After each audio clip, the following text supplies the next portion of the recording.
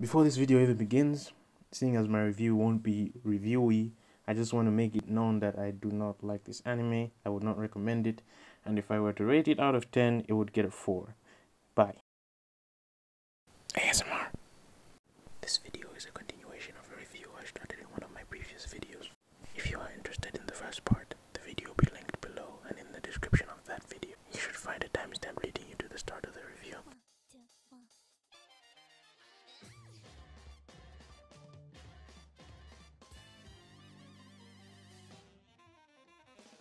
At the beginning of this review, I mentioned I was only going to talk about episode 11 and 12, which are the worst episodes this series has to offer.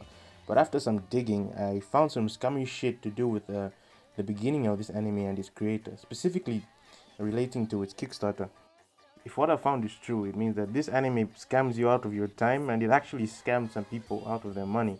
Before we jump into this Kickstarter shenanigans, I want to finish off where I left off with the review. From where we left off, our two groups of characters had finally met because everyone, including the ceiling, had given up on this anime.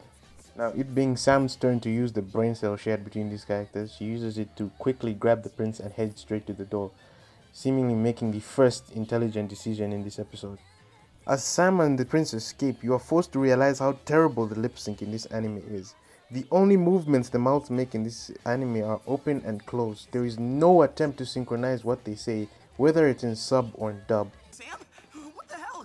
Who are these guys and what are you doing here? They're my travel companions, and we're here for you, Kelby. But who told you to follow me? During the escape, Philly the Kid tries to enact revenge on the kingdom that killed his parents by killing its prince. His first attempt was started because he tried to hide the gun from Sam as she turned around. Animation-wise, she clearly saw it, but I guess was supposed to believe she failed to see it story-wise. His second attempt, he is clearly seen struggling to pull the trigger at the prince by Casey, but she somehow just ignores it as well as he tells her to go help some other escapees. Because of Philly's suggestion, Casey goes to help Odin and the good assassin lady. The good assassin lady asks for some fluid from Casey. We're supposed to believe this is not essential to her normal operations because she just gives it away easily. They throw it, it starts to gas up, surrounding the evil assassin lady, meaning she's right in the middle of this gas, and they come. With an explosion looking that wild, you'd expect that bitch's titties toasted right off. But just like everything else in this anime, it is horrible at its job. She is perfectly fine, no scratches. She jumps right out of the flames, attacks Odin as everyone else runs towards the hole. The attack makes Odin lose his balance and he trips over some railing. Now, seeing as this bitch just survived Hiroshima, even if Odin fell from the Eiffel Tower, I would think he would just get right back up. So why she doesn't finish him off and decides to just smile over the railing and move on makes no sense. No one here decides to finish anyone off. It is done multiple times during these two episodes. His third attempt, he makes a really loud clicking noise, alerting Sam now that he's about to kill the prince. Why at one point he's hiding from Sam, and then at another point he's making it known that he's going to shoot, is so stupid. Now it seems whoever programmed Sam was not in possession of the brain cell during the process, because while Philly the Kid is pointing a gun at the prince, she takes so long to decide to protect him because Philly, a well-known criminal, is in her friend logs, even though the prince is her prime objective. During the time she takes, Philly could build a tower, break it down, build it up again, and fucking snipe the prince from the top. Okay, so the show is trying to show Sam having some kind of moral dilemma, but the writers are forgetting that one dude is an immortal outlaw pointing a gun at another dude who is a child. The balance is not there. There's no moral dilemma here. Plus, Sam's programming should take over because the prince, the kid, is her prime objective. So this kind of stupid decision-making thing they're trying to show ignores all the logic the anime has presented to us. As if this situation wasn't already lacking in sense, the show decides to share the stupidity and let the prince open his mouth. And the first thing he decides to do when he does is insult Sam. Yes, the person who just saved his life. The person who is currently trying to save his life even though she is failing. Since the very beginning, they have been showing us how Sam and the prince are such good friends. So why the prince is so upset at Sam in this situation doesn't make any sense. You might think this is him trying to get Sam out of harm's way, but then he says this. You need to know? You're just a robot. You don't have needs. But Where does the prince's hatred for Sam come from? Let's not forget that while this stupid fucking argument is going on, Philly the kid has a gun pointed at the prince, Sam has seemed to forgotten her prime objective, and the prince seems to be only focused on shitting on Sam. How is any of this defensible? That brings me to another point. A big defense for this anime is that it comes from a black creator. I think supporting black creators is really important, but I also think you have to be honest when you're sharing stuff like this. Coming into this review, I was still going to recommend this anime no matter how much I shitted on it. It could only help the anime. Season 2 could be much better, and it would also help many other black creators in the industry. This anime's only selling point was that it came from a black creator, but the picture the creator has painted of himself by how badly he handled the Kickstarter has made sure that no matter how much I want to see black anime thrive in the industry, I cannot support him. Alright, back on topic. The assassins have had enough time to regroup, and they ambush Philly from behind, killing him. But before he dies, he empties his magazine, sending one of the assassin's attacks towards the prince. Somehow, the good assassin lady teleports from one side of the room to the other, saving the prince but dying in his stead. The anime tries to make us feel sorry for the prince and the dead lady, but first of all, she tried to kill the prince a few episodes before, and the prince is being a dick right now for no reason. You can't relate to these characters in this situation. The assassins just stand there and give everyone enough time to air out their feelings. Go on now. What is she? Rather than tying up Philly before he wakes up or capturing the prince. Philly resurrects a few seconds later, but before anything can happen, Nine, the samurai from a few episodes ago, makes a cliche anime entrance. If your brain is off, you think this entrance is cool, but a second of thought will make you realize that Nine has been sitting somewhere watching people die, waiting for the coolest moment to make an entrance. Because of Nine's entrance and everyone's reduced brain functionality, the assassins have enough time to capture the prince and run out the door without anyone noticing until Nine makes it known to them. Odin comes back questioning where the prince is, but because of the timing, it looks like he can still see people running out of the door. If this scene was switched with the scene right after it, it would make more sense. Your ass is back here!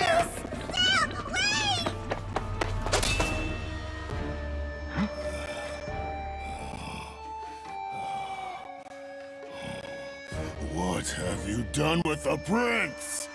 I hate to bother you, little lady, but you got any beer that don't taste like piss? Your ass is back here! I hate to bother you, little lady, but you got any beer that don't taste like piss?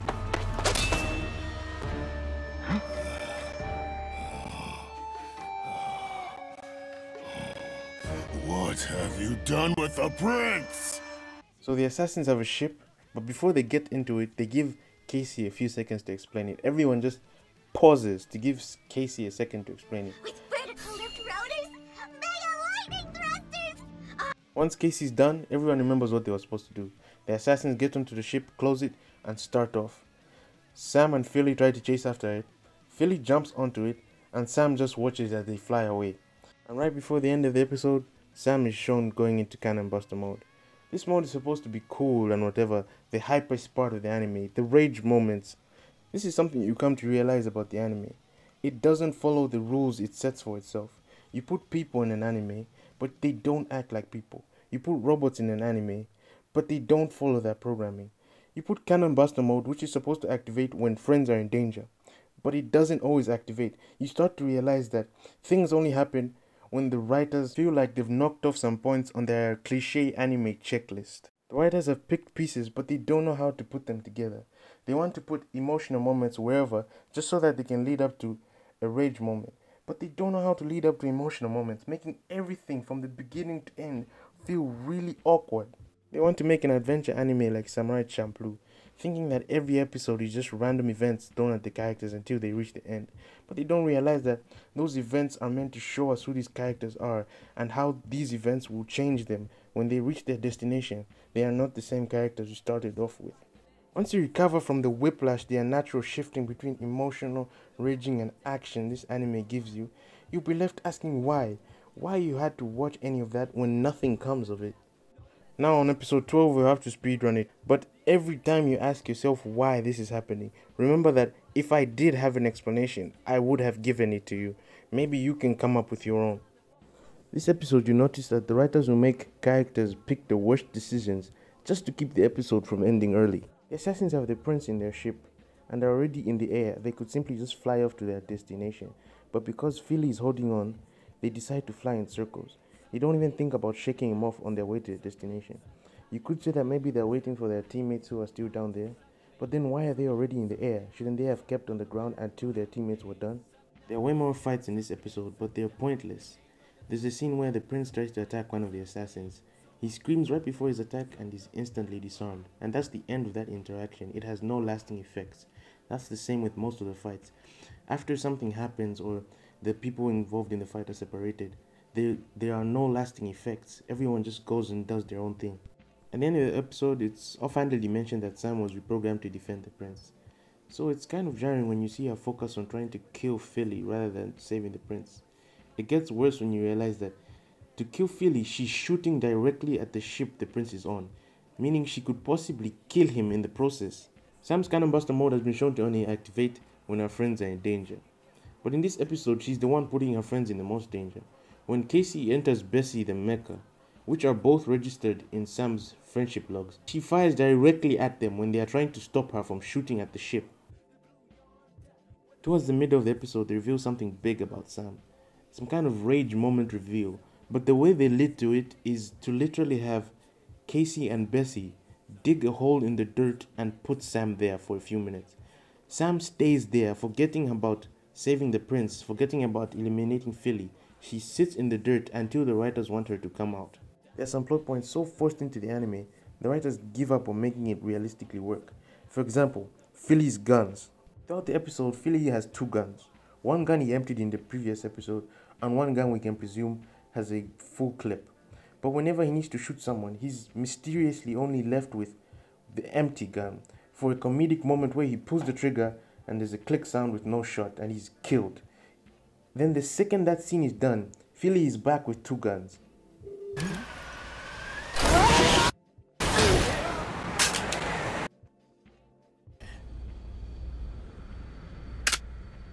Huh?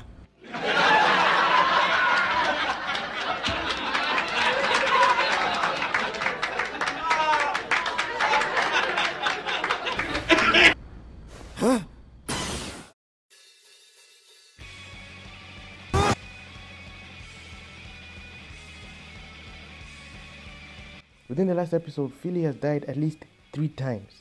Plot-wise, it's useless. He dies for the most stupid reasons. Comedically, Philly's death has already been played to death. We have seen him die at least once per episode from the beginning of the season. After Philly falls off the ship, Casey tries to stop them. Now, rather than flying off now that you finally got rid of Philly, they decide that they need to fight Casey and Bessie and turn their ship into a giant robot. Start to see the pieces, why everything has been so stupid. The writers are looking for a final fight, and it finally happened. Sam comes out of the dirt and transforms into a giant robot. Fights are way more intense when the plot has given the viewer reasons to care. So why am I supposed to care about Sam when she's looking for the prince who's right by her feet? Why am I supposed to care about what the bad guys are doing when they jumped out of their only means of escape? The only thing backing the fight is the writer, who wants a big giant robot fight at the end of his anime. After the fight, Philly manages to knock out the assassin and get the prince back. The prince who he has died multiple times just to try and kill. But then he just changes his mind. Once Sam is convinced to turn into a final form, they go into Gaara's keep to explain what the journey was all about, why they needed to come to this place, and they finally reveal the secret. Bitch, they need a season 2. The assassin lady wakes up, yoinks the prince and gets the fuck out of there, and they begin their journey to find the prince again. So what was that Gaara's keep that was so important? Never explained.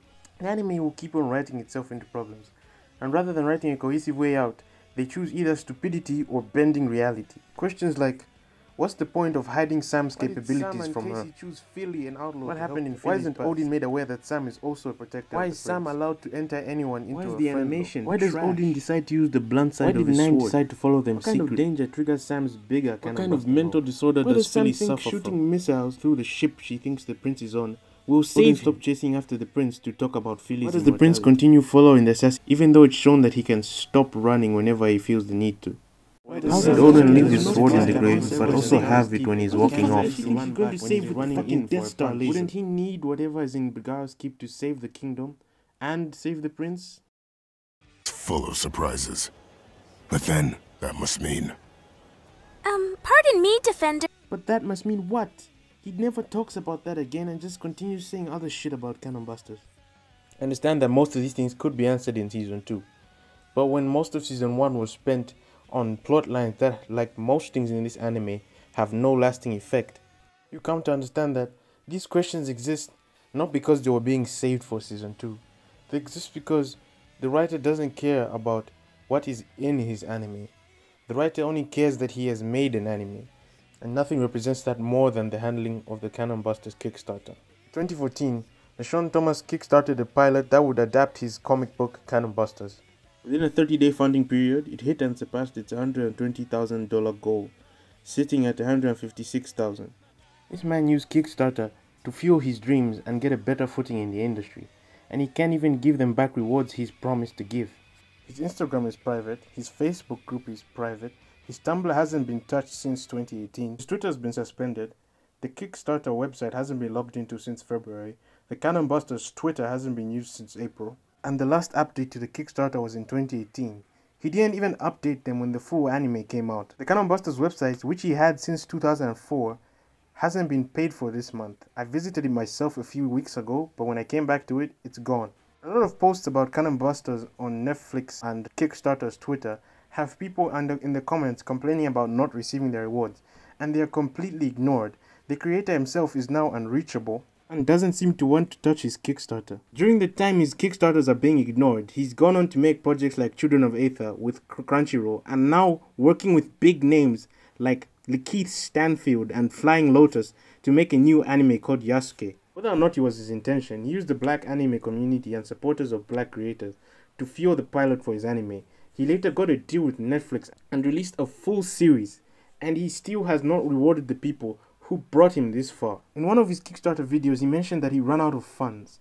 I don't think without that $150,000, he would have ever worked with someone like Lakeith Stanfield today. To add insult to injury, Cannon Busters merch is also being sold, meaning there are Cannon Buster projects which could have been given as rewards to his backers, but he has refused to do any of that at this point.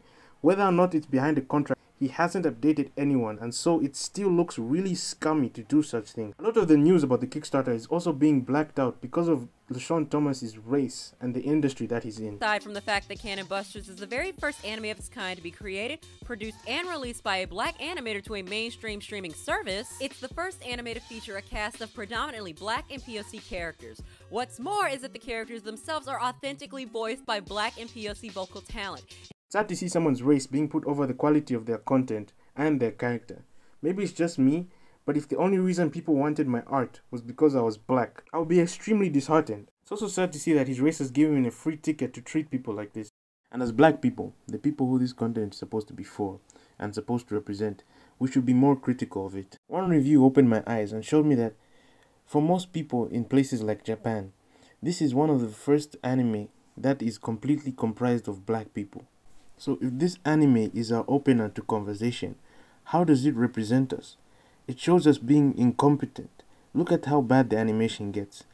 It shows us being stupid. Look at the choices these characters make. It shows us failing to understand how to craft a compelling story. It shows us blatantly ripping from the shows that inspired us growing up, rather than being able to use those inspirations to make our own unique stories. And maybe it's just a loud minority of people who haven't received their rewards, but there's still people who decided to support your endeavors and have brought you this far into your career. Still doesn't explain why them and the whole Kickstarter are being ignored, why the whole Cannon Busters community has now been thrown away for his new project. Yes, LeSean Thomas has made big steps for black people in the animation and anime community, paving the way for other black creators in the industry. But when people want to see the best black anime and it's a lackluster project, or they want to see the best black artist, and he treats people who support him like this, he will and is having an effect on other black creators in the industry. Black excellence shouldn't be about being the first person to do something. It should be about how you did it and what you brought forward with what you did. Be careful who you support under the love for your people. Some people are just there to make a quick buck and leave.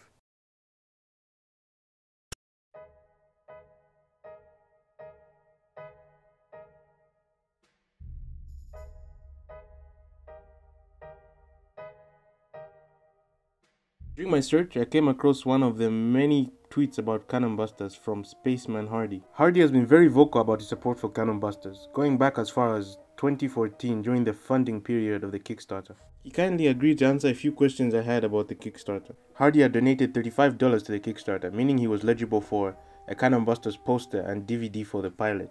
Being somewhat aware of Hardy's situation concerning Cannon Busters, I skipped over the DVD but further inquired about the poster, as I had seen other people in the Kickstarter comments talk about receiving a link to a downloadable Cannon Busters poster. The downloadable poster, however, is only for pledges below $25, and Hardy has never received his physical poster. I asked Hardy if he could confirm that he was a backer and about the last bit of contact he had received from the Kickstarter campaign in the last few years. His answers aligned with the information I had gathered from the Kickstarter comments. A year ago, around the release of the anime, they sent an email to backers asking them to verify addressing information. This, combined with the anime's release, riled up backers thinking that they were finally going to receive their rewards. But it's been a year now and there has been no communication. In my own opinion, it seems like this email was sent to stop any bad publicity seeping out from angry backers. And once the anime dropped and rode its wave of popularity, they again cut contact with the backers. For my last question, I asked Hardy if he wanted me to hide his identity, but obviously, seeing as I've mentioned his name, he said no, and he wants people to know how upset he is. Again, I was going to end the video here, but I had an itch in the back of my head. LeSean Thomas's company, Make Stuff LLC, it had been plastered on some of the things I had seen during my searches. But during my searches, I had never come across a sign or even a website for the company, so I decided to do a bit more digging. And then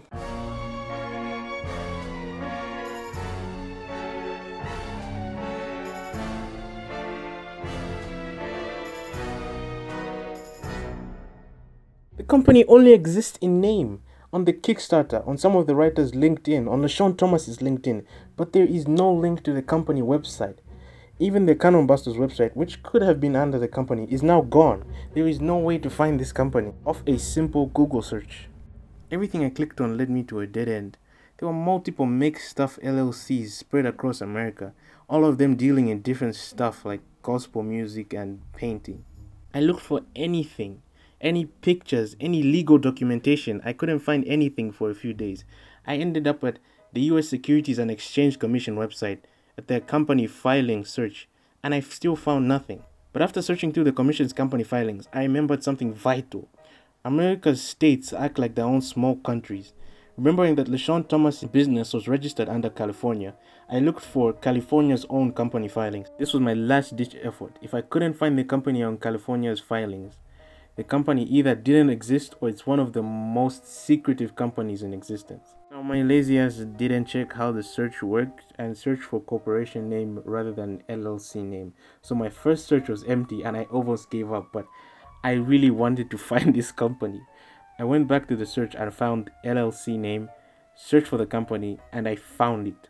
I had finally found this invisible company. Reading through some of the details, I didn't understand what had happened to it, but after a few Google searches, it made some sense. The company had been FTB suspended, meaning it had been suspended for business under the state of California. There's no specific reason given to why the suspension was handed, but it could be some tax issues LeSean was having, or because he hasn't filed an SI form in more than 2 years, which is necessary. And with that, I figured out everything I needed to know and closed this chapter. If you made it to the end of this video, thank you for watching. I know this video lacked a lot of structure. I didn't have a lot of fun making it, but I just wanted to get it off my chest.